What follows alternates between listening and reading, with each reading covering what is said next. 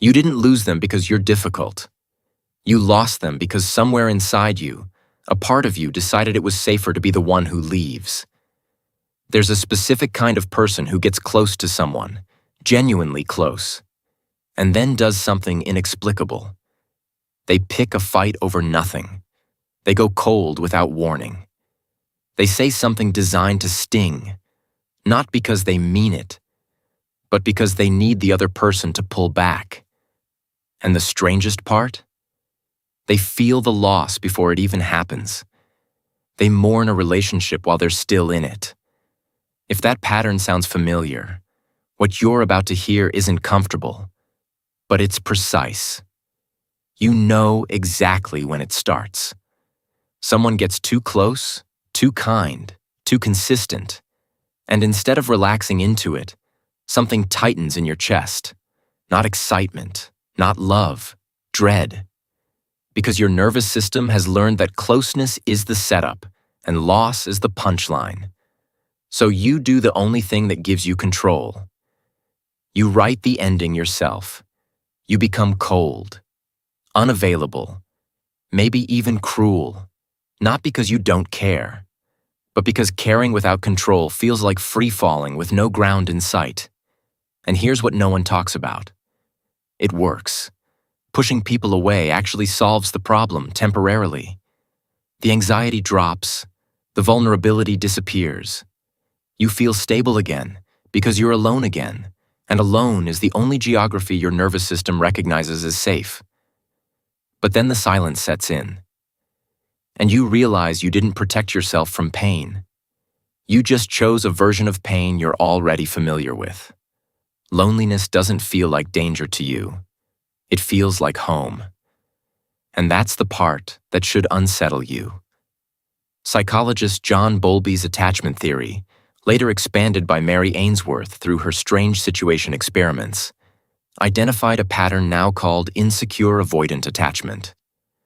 Children who learned that reaching for comfort resulted in rejection or inconsistency adapted by suppressing their need entirely.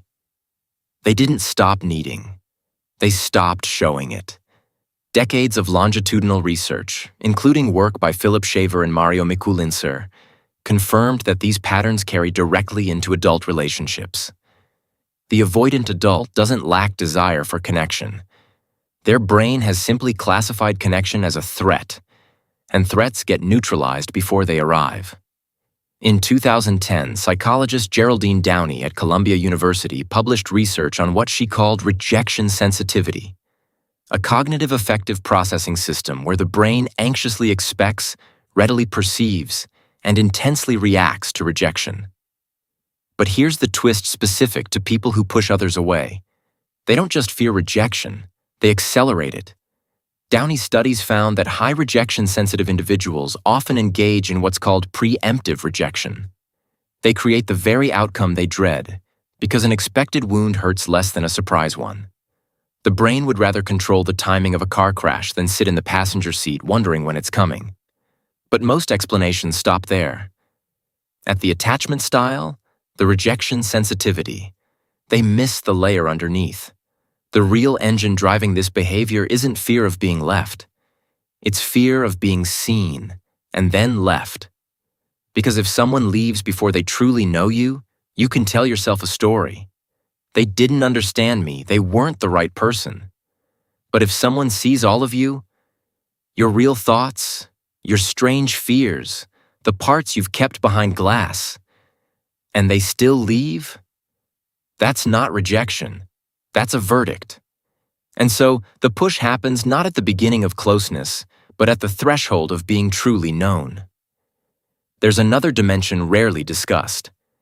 Psychologist Ethan Kross's research on the self and inner dialogue reveals that people who chronically push others away often have an internalized narrative that functions like a prophecy.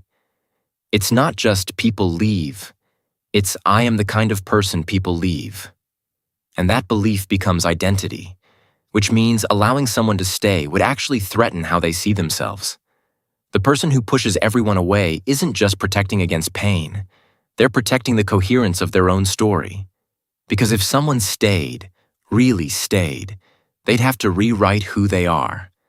And rewriting your identity while someone is watching, that might be the most terrifying intimacy of all. So if this is you, if you recognize this machinery working inside you, here's what matters. The push isn't proof that you're broken. It's proof that you once built a very sophisticated system to survive something that no one helped you carry. And it worked. It kept you intact when you had no other tools. But survival strategies have an expiration date. The wall that protected you at 8 is the same wall that isolates you at 30.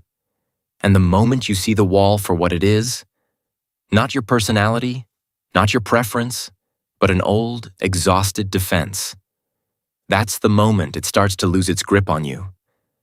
You've spent your entire life rehearsing goodbyes, practicing distance, perfecting the exit before the entrance is even finished. And everyone calls it self-sabotage, but that word is too simple. It's self-preservation wearing the wrong clothes for the season. The real risk was never that someone would leave. The real risk is that someone wouldn't. And you'd have to learn, slowly and imperfectly, how to let yourself be held without flinching. That's not weakness. That's the hardest thing a guarded mind can do. And if you're watching this, some part of you already knows you're ready to try. You didn't push people away because you felt nothing. You pushed them away because you felt everything and had nowhere safe to put it. Let that land. And if this reached something in you tonight, sit with it. That's where the change starts.